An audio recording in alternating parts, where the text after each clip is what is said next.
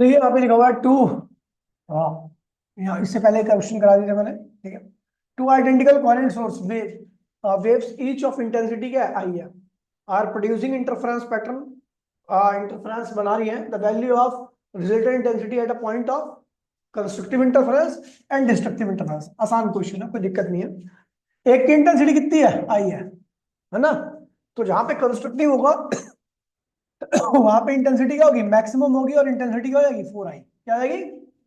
और जहां पे डिस्ट्रक्टिव होगा वहां पे इंटेंसिटी क्या होगी, मिनिमम होगी, और इंटेंसिटी क्या होगी, 0। ठीक है, ये ध्यान रखना।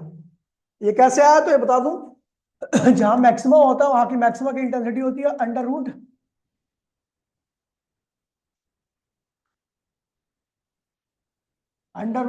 i1 plus under root i2।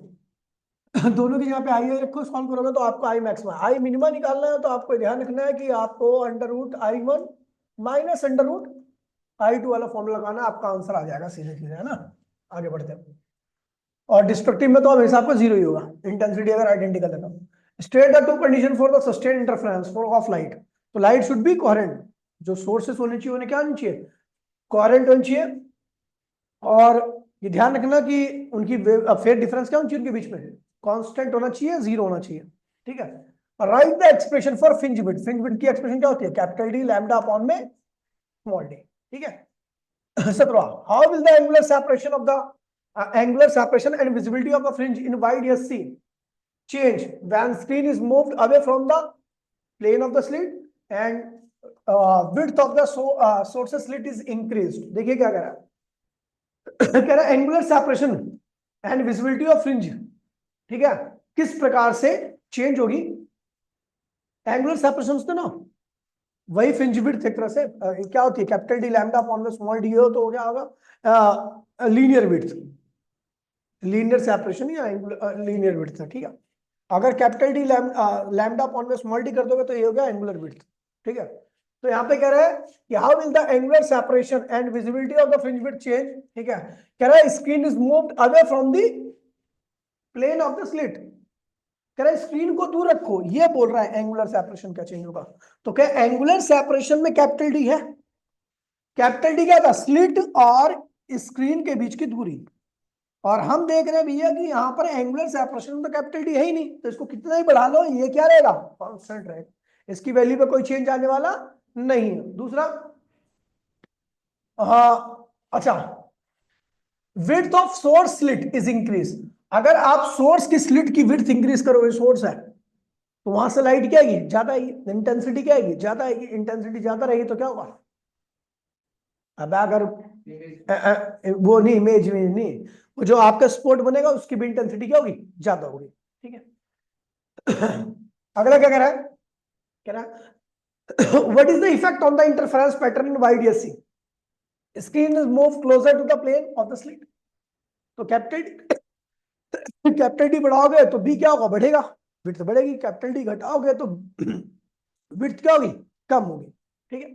Separation between the two slits increase, small D बढ़ाओ। स्मॉल डी को अगर आप बढ़ाओगे, स्मॉल डी क्या होता है, कैपिटल डी लैम्डा अपॉन में स्मॉल डी ये विड्थ होता है ना, अगर आप इसको बढ़ाओगे तो विड्थ की वैल्यू क्या होगी, कम हो जाएगी। ठीक है, ये ध्यान रखना। 12, कह रहा resultant intensity at any point of the screen is varies between the 0 and 4 times of the intensity due to one slit in wide AC। give reason। क्या कह रहा है भैया, कह रहा है भैया कि the resultant intensity eight point on the screen varies between 0 and 4 times of the intensity due to one slit। हाँ ठीक है, इन वाइड एससी। कह रहा है भैया कि आप जानते हो कि जो आपकी स्क्रीन है, इस स्क्रीन पर जो इंटेंसिटी वेरी करती है वो 0 से लेकर 4i के बीच में करती है। जहां पर डिस्ट्रक्टिव इंटरफेरेंस होगा, डिस्ट्रक्टिव इंटरफेरेंस होगा वहां पर मिनिमम बनेगा, वहां पर इंटेंसिटी क्या होगी, 0। और जहां पे कंस्ट्रक्टिव इंटरफेरेंस होगा वहां पर मैक्सिमम बनेगा, वहां पर इंटेंसिटी होगी 4i। ठीक है। तो कह रहा है ऐसा हो क्यों रहा है, ऐसा हो क्यों रहा है, तो ऐसा इसलिए, और यहाँ पे आपका मिनिमा 0 इंटेंसिटी इसलिए मिली है क्योंकि यहाँ पे डिस्ट्रक्टिव इंटरफेरेंस बना है। यहाँ पे क्रस्ट और ट्रफ ने एक दूसरे को क्या किया है, ओवरलैप किया।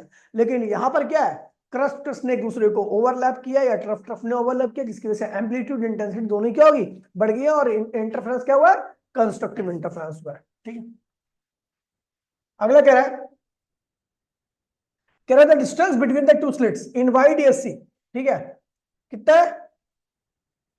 The fourth bright fringe is obtained at a distance 1 centimetre from the central fringe on the screen placed at a distance of 1 metre. Calculate the, कुछ नहीं है, देखो क्या कह रहा है भैया, कह रहा है डिस्टेंस बिटवीन दो स्लिट्स के बीच में कितना से, स्मॉल डी की वैल्यू कितनी रखी है? 0.03 सेंटीमीटर, इतना मीटर हो गया ना, ठीक है।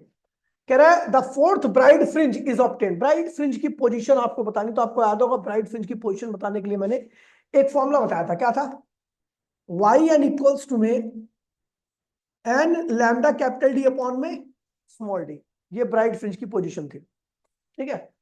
कह रहा है अगर फोर्थ ब्राइट फ्रिंज की बात करूंगा तो ये क्या होगा, इसकी ये y4 इक्वल्स टू में 4 लैम्डा कैपिटल डी अपॉन में स्मॉल डी है। अच्छा, इसकी वैल्यू कितनी दे रखी है भैया? तो वो दे रखी है, इसने कितने रखी है? 1 सेंटीमीटर। कितने रखी है? 1 इंटू 10⁻²। 4 लैम्डा निकालना अपने को, कैपिटल डी कितना रखा है बेटा? 1.5, स्मॉल डी आपको दे रखा है कितना? इतना रखोगे, यहां से आप लैम्डा निकाल सकते, निकाल लोगे? है कुछ भी नहीं। Find the ratio of intensity at a point on the YDSC experiment. आप देखो कितना आसान क्वेश्चन है, ठीक है।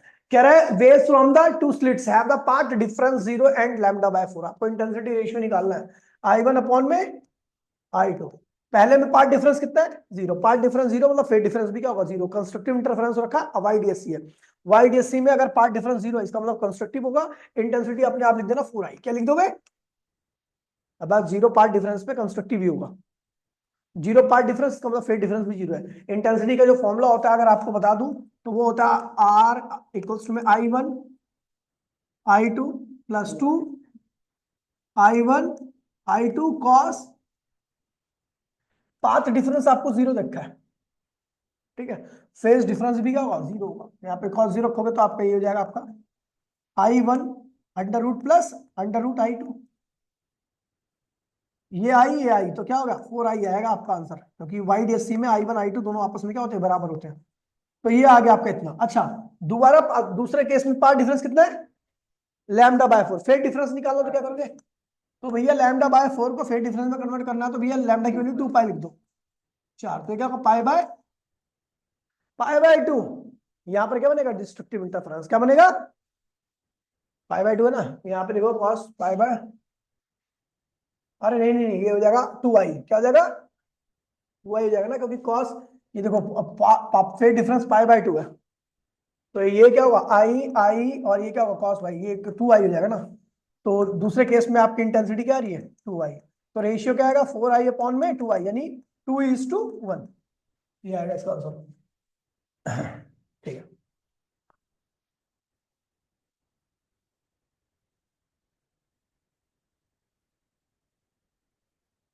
अगला क्या कह रहा है? कह रहा है two coherent waves of equal amplitude. दो कोहेरेंट वेव है, दोनों का एम्पलीट्यूड क्या है? सेम है। Interference in YDSC, what is the ratio of intensity at a point where path difference? आसान है, कर लो। पार्ट डिफरेंस कितना, फेज डिफरेंस कितना दिखा है? हाँ ठीक है। To the intensity at centre, centre पे इंटेंसिटी जो होती है वो होती है भैया ब्राइट। सेंटर पे क्या मिलेगा? ब्राइट। ब्राइट में इंटेंसिटी क्या होती है? 4i। क्या होती है? सेंटर पे मिलेगा आपको इंटेंसिटी 4i, और यहां पर आप निकालोगे तो इंटेंसिटी आपकी आने वाली R इक्वल्स में क्या होगा? तो भैया आप निकाल लो, तो क्या आएगा आपका? आई आई और पाई बाय 6 कॉस पाई 1/2, 1/2 हो जाएगा आपका 3i। क्या आएगा? 4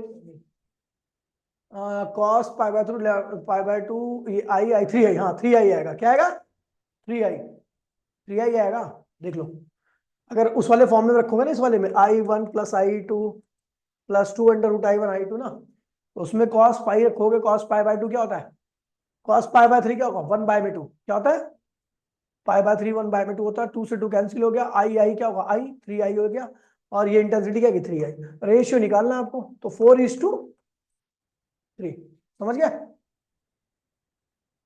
उसके बाद आते हैं भैया, ये देखो ये सेम ही क्वेश्चन है, मैं नहीं करा रहा इसको, ठीक है।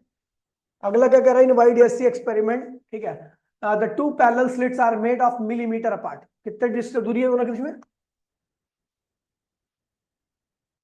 इतना मीटर हो गया, ठीक है। On screen placed 1 metre, screen की दूरी कितनी है? 1 मीटर है, ठीक है। What is the fringe separation, आपको फ्रिंज सेपरेशन वही बीटा निकालना है आपको, ठीक है। और when blue light of the wavelength कितनी है, नैनोमीटर, सब कुछ दे रखा है। और सॉरी लैम्डा दे रखा है, बीटा निकालना है आपको, है ना। तो बीटा सब कुछ दे रखा है, खत्म करो, आगे बढ़ो।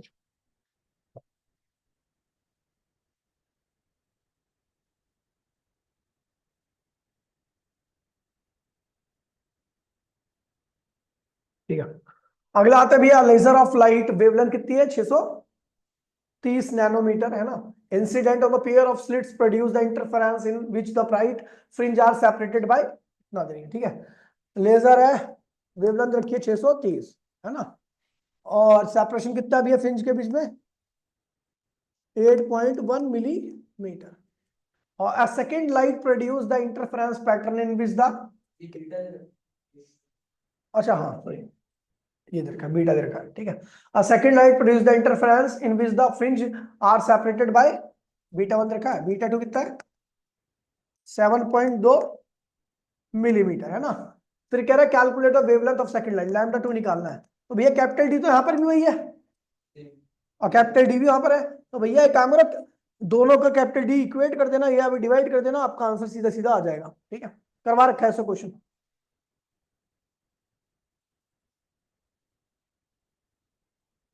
ठीक है, अगला क्या करें, चलो लाइट ऑफ वेवलेंथ क्या है, 6000 एंगस्ट्रॉम प्रोड्यूस द फ्रिंज, क्या है वेवलेंथ कितनी लिखी है, 6000 एंगस्ट्रॉम, है ना। वेवलेंथ कितनी, विड्थ कितनी है, मिलीमीटर है। वाइड एस सी है, what will the fringe of what will be the fringe width of the light source replaced by the another monochromatic source. अच्छा कैपिटल देखो यहाँ पे क्या है, प्रोड्यूस द फ्रिंज विड्थ, अच्छा बीटा दे रखा है ना, बीटा दे रखा है आपको, ठीक है। बट स्मॉल डी, तो स्मॉल डी मैंने मान लिया यहाँ पे सेपरेशन क्या स्मॉल डी है।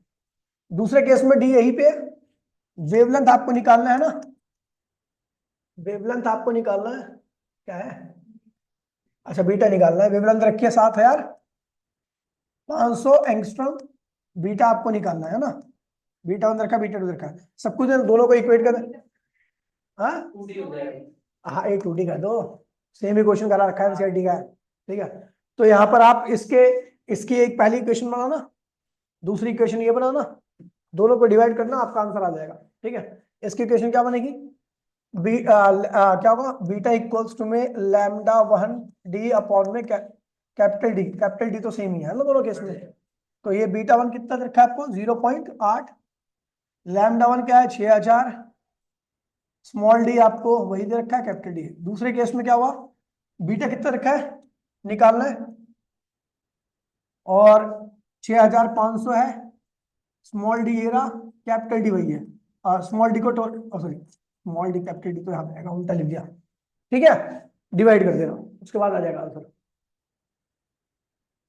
अब ये देखो 31वां कह रहा है, the source of intensity I1 and I2 undergo the interference in YDSC experiment shows, आपको ये दिखाना है, अच्छा आपको ये शो करना है, शो शोज द इंटेंस, अच्छा ये शो करना है, शो दैट, ठीक है, ये शो करना तो देखिए आसान है।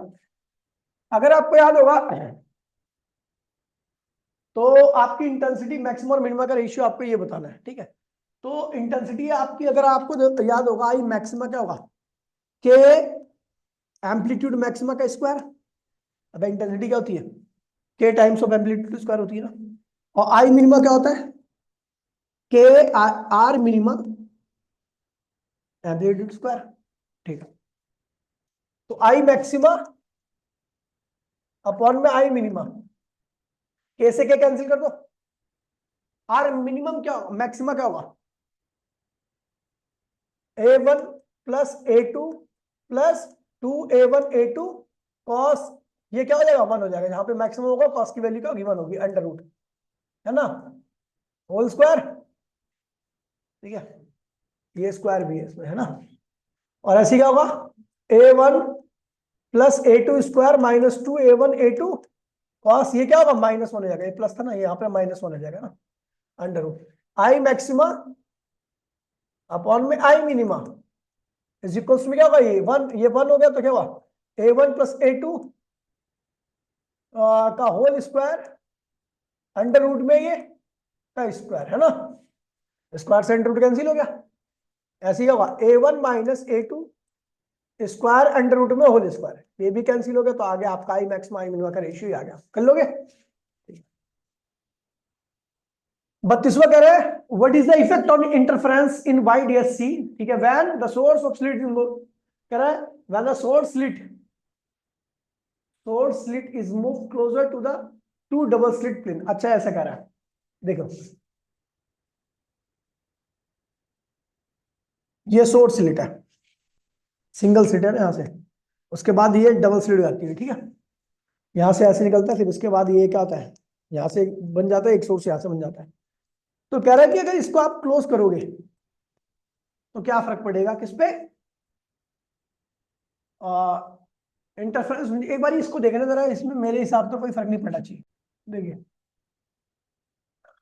वैसे तो इसका कोई मैथमेटिकल प्रूफ नहीं है, ठीक है, कोई मैथमेटिकल प्रूफ नहीं है कि अगर आप इसको इसके पास में ले आओगे तो क्या होगा, लेकिन ये ऑब्जर्वेशनल प्रूफ है इसका, मतलब ऑब्जर्वेशन के आधार पे बताया गया कि जब आप इस सोर्स को इन दोनों स्लिट्स के पास में ले जाओगे ना, तो इससे ये होगा कि जो आपका इंटरफेरेंस हो रहा है उसकी क्वालिटी में कमी आ जाएगी, ठीक है, ब्लर हो जाएगा, वो इंटेंस नहीं होगा, वो उल्टा ब्लर हो जाएगा, ठीक है। और इंटरफेरेंस जो फ्रिंज हमें मिल रहे थे ना, जो ब्राइट डार्क स्पॉट मिल रहे थे, उनकी भी इंटेंसिटी क्या होगी, बदल जाएगी, जो डार्क था वो लेस डार्क हो जाएगा, जो ब्राइट था वो लेस ब्राइट हो जाएगा। मतलब कहने का मतलब है इंटरफेरेंस पैटर्न क्या होगा, गड़बड़ा जाएगा, ठीक है, जो सस्टेन इंटरफेरेंस हमें स्क्रीन पे मिल रहा था उसकी क्वालिटी क्या होगी, खराब हो जाएगी, है ना। चलो अब क्या रहा है भैया, screen is move away from the plane slit, इसको बढ़ा दो, यही कह रहा है, इसको बढ़ाओगे तो क्या होगा, तो, तो पता ही है भैया, कैपिटल डी बढ़ते के साथ ही फ्रिंज विड्थ क्या होगी, बढ़ जाएगी, चौड़ाई बढ़ जाएगी, तो भैया क्या होगा, विड्थ बढ़ जाएगी, ठीक है। अच्छा अच्छा ये लिखा हुआ है width of source slit is increase, तो भैया सोर्स स्लिट अगर विड्थ इंक्रीज करोगे तो लाइट की इंटेंसिटी वहां से जो आ रही है क्या होगी, बढ़ जाएगी, हाँ क्या बोल बोल बोल, ठीक है। लिखा हुआ था monochromatic source is replaced by the source of white light, ये देखो ये वाला क्वेश्चन बहुत ज्यादा पूछा था, ये है भी एनसीईआरटी का, ये एनसीईआरटी का है कि जब मोनोक्रोमेटिक सोर्स यानी सिंगल वेवलेंथ वाली लाइट को हटा करके आप व्हाइट लाइट यूज कर लोगे, तो उस केस में भैया आपकी व्हाइट लाइट में बहुत सारी वेवलेंथ होती है, अलग अलग वेवलेंथ का अलग अलग विड्थ होती है, तो आपको जो स्क्रीन पर इंटरफेरेंस मिलेगा उसमें रंग बिरंगा इंटरफेरेंस मिलेगा, वहां पे अलग अलग विड्थ मिलेगी, अलग अलग कलर मिलेगा, ओवरलैप मिलेगा, मतलब कुछ साफ सुथरा आपको मिलने वाला नहीं है, इसलिए हम मोनोक्रोमेटिक लाइट का इस्तेमाल करते हैं ताकि आपको एक ही तरह की फ्रिंज विड्थ मिले, ठीक है। चलो 33वां सेम क्वेश्चन है, आगे बढ़ो, 33वां हो गया, हाँ 34वां what are the coherent source of light, भैया जिसका कोरेंट सोर्स होता है जिनकी फ्रीक्वेंसी सेम होती है, जिनके बीच का फार डिफरेंस कांस्टेंट या जीरो होता है, ठीक है। उसके बाद क्या कह रहा है भैया, why are the coherent source required for producing the interference, तो गिव द एग्जांपल, देखिए भैया सुन लीजिए, कह रहा है कोरेंट सोर्स का इस्तेमाल क्यों किया जाता है भैया, कोरेंट सोर्स में जो वेवलेंथ होती है, सॉरी जो फेज डिफरेंस होता है वो क्या होता है भैया, कांस्टेंट या जीरो, और हमें अगर सस्टेन इंटरफेरेंस लेना है, सस्टेन मतलब स्क्रीन पर इंटरफेरेंस लेना है, तो भैया अपने को दोनों सोर्स के बीच का फेज डिफरेंस हमेशा क्या चाहिए, कांस्टेंट चाहिए, वेरिएबल रहेगा तो वहां पे आपको सस्टेन इंटरफेरेंस नहीं, आप स्क्रीन पर इंटरफेरेंस नहीं प्राप्त कर सकते, ठीक है।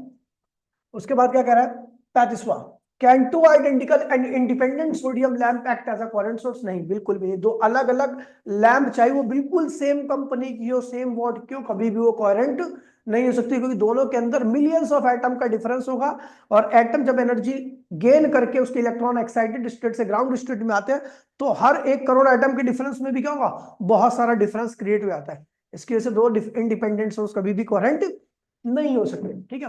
कह रहा है how does the fringe width interference change when the whole apparatus experiment kept in water, कह रहा है जैसे ही आप वाटर के पूरे एक्सपेरिमेंट सेटअप को आप वाटर के अंदर कर दो, तो फ्रिंज विड्थ पे क्या फर्क पड़ेगा, तो आपको पता भी है वाटर के अंदर डालते के साथ ही वेवलेंथ क्या होती है, कम हो जाती है, क्या होती है, लाइट की स्पीड कम हो जाती है ना, वाटर में लाइट की स्पीड कम होने के बाद वेवलेंथ कम होगी, और वेवलेंथ कम होने के बाद ही क्या विड्थ भी कम हो जाती है, फ्रिंज विड्थ क्या होगी, कम हो जाएगी, समझ गए, तो फ्रिंज विड्थ क्या होगी, कम हो जाएगी, आपको स्पेस में ज्यादा मिलेगी, ठीक है, और उसमें कम मिलेगी। ठीक है, उसके बाद क्या कह रहा है,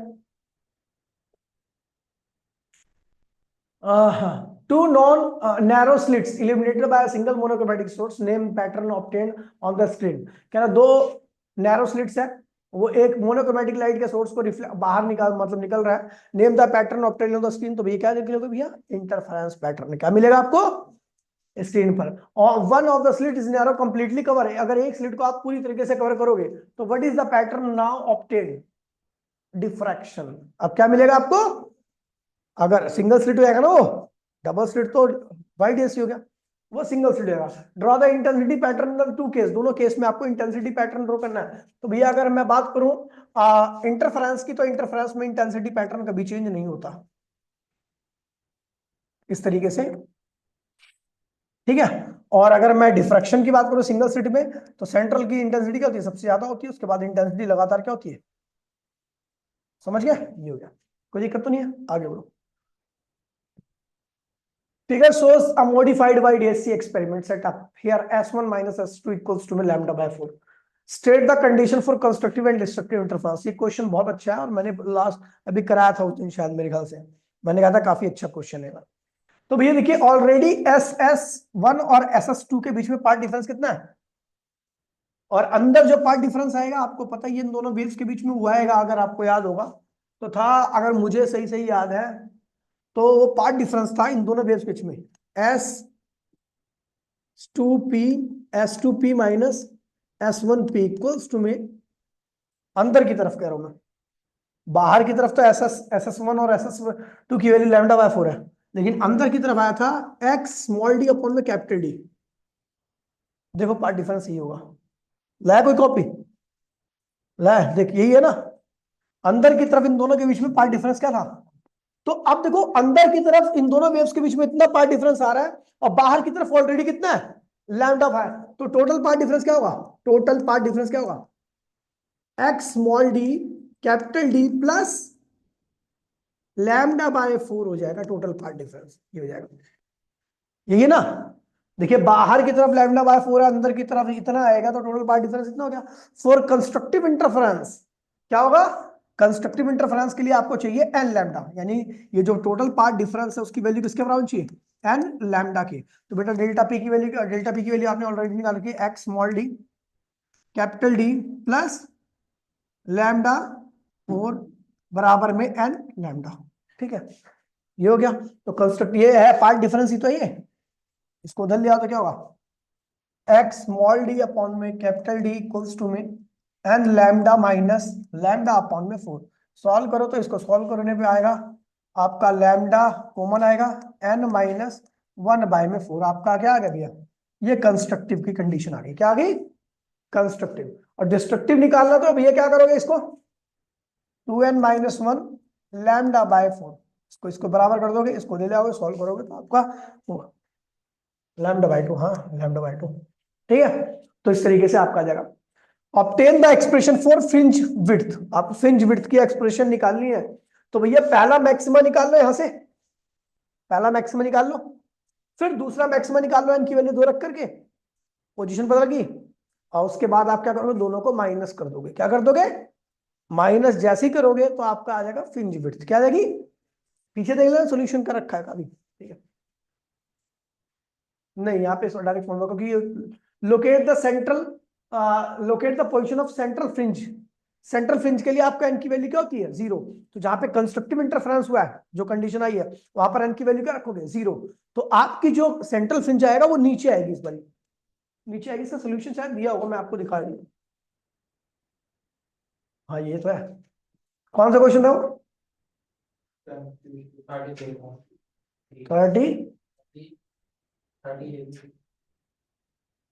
38 है ना,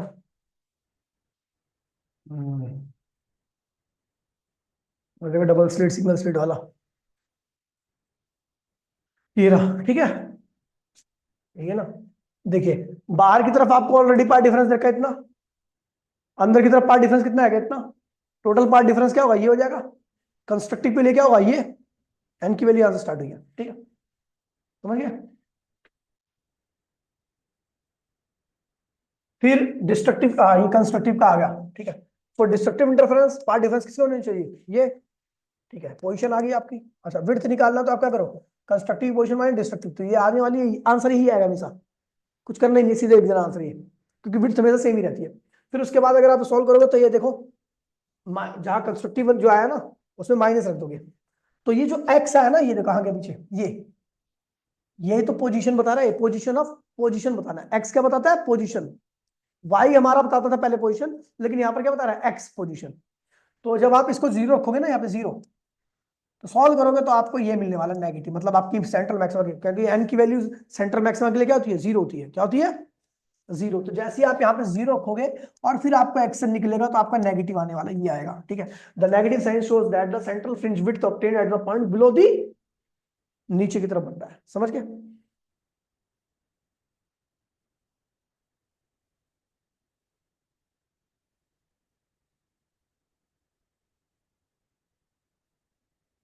सारे करा दिए, कौन सा,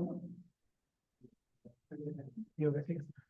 अब आना है 39, 39 क्या करें भैया, आपको बीम दो वेवलेंथ है 800 600 used to obtain the interference by DSC, ठीक है। स्क्रीन भी आपको दे रखी है, टू स्लिट सेपरेशन रहेगा, calculate the least distance at the, तो भैया central bright maximum where the bright fringe are, ये भी कराया था मैंने उस दिन, कराए थे क्वेश्चन वाले, कराए थे, याद ही नहीं याद है, लीस्ट सेपरेशन पता नहीं तू कोई आया था नहीं आया यार, ये कराए थे मैंने।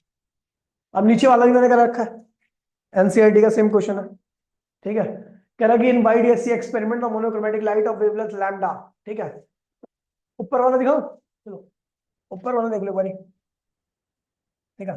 A beam of light consisting of the, recording चालू है ना,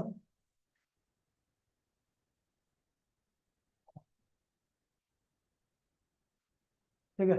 a beam of light consisting of दो वेवलेंथ है 800 और 600 नैनोमीटर, ठीक है। अब कह रहा है कि is used to obtain the interference in YDSE on a screen, कितनी दूरी पर है, कैपिटल डी, 1.4 मीटर है भाई, ठीक है।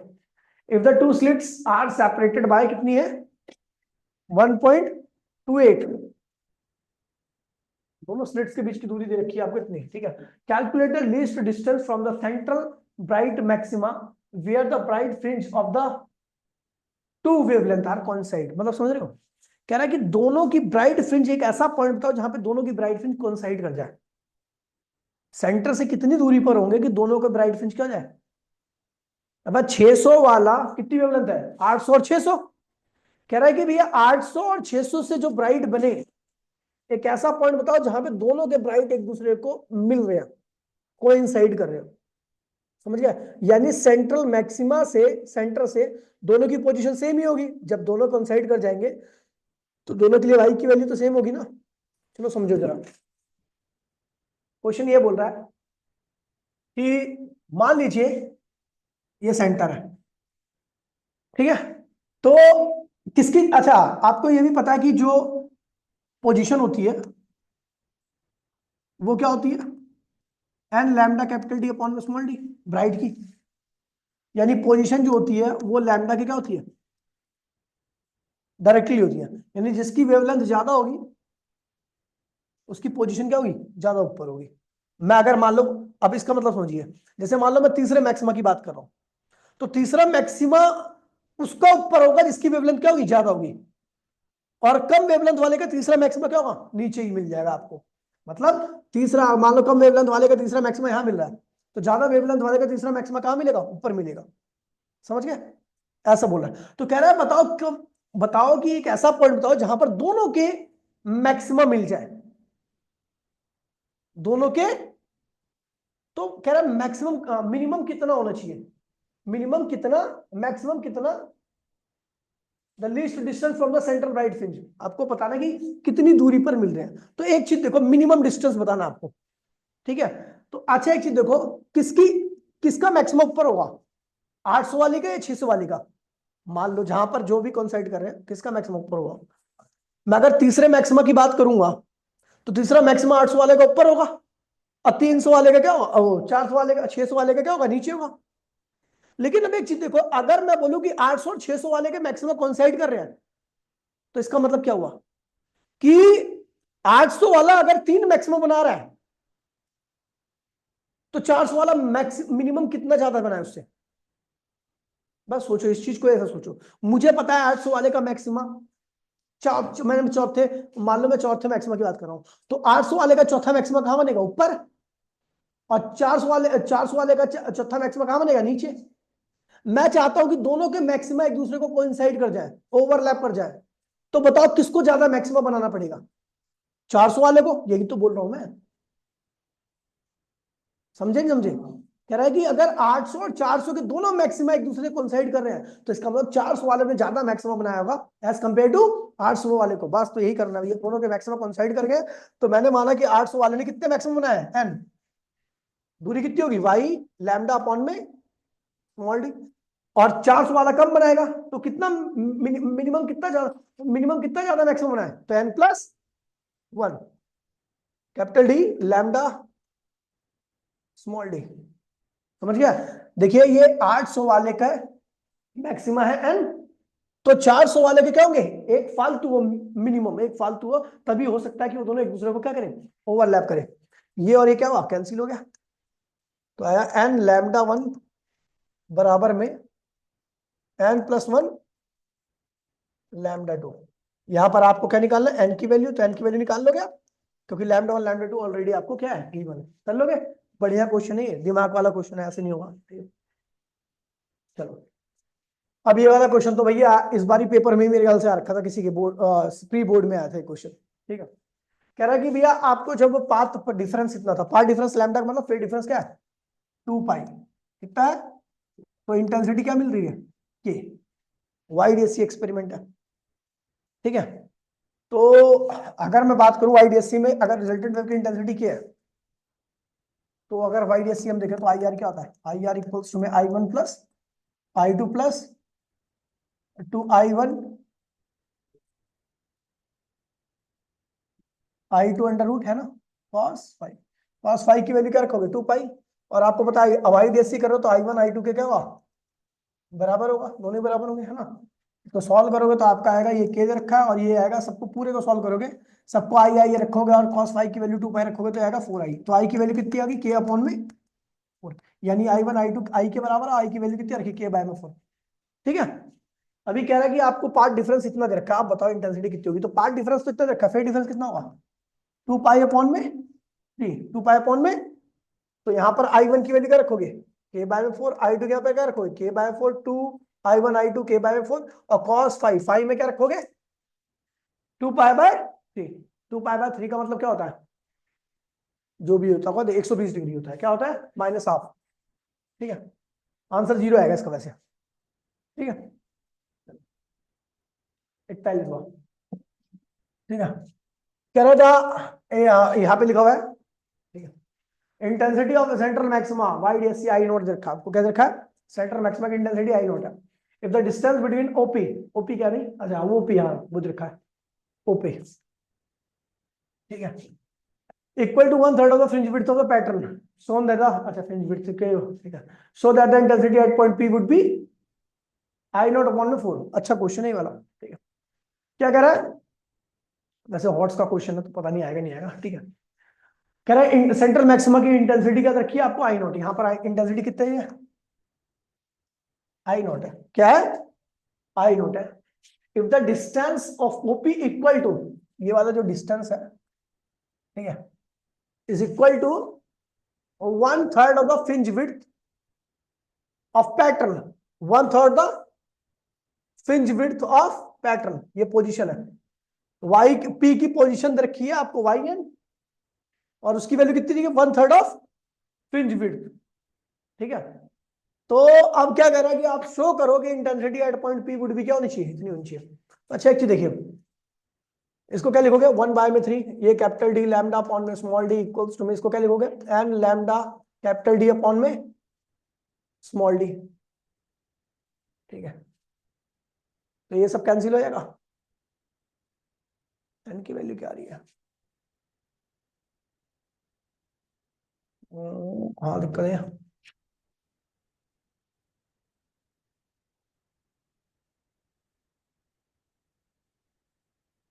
और इसको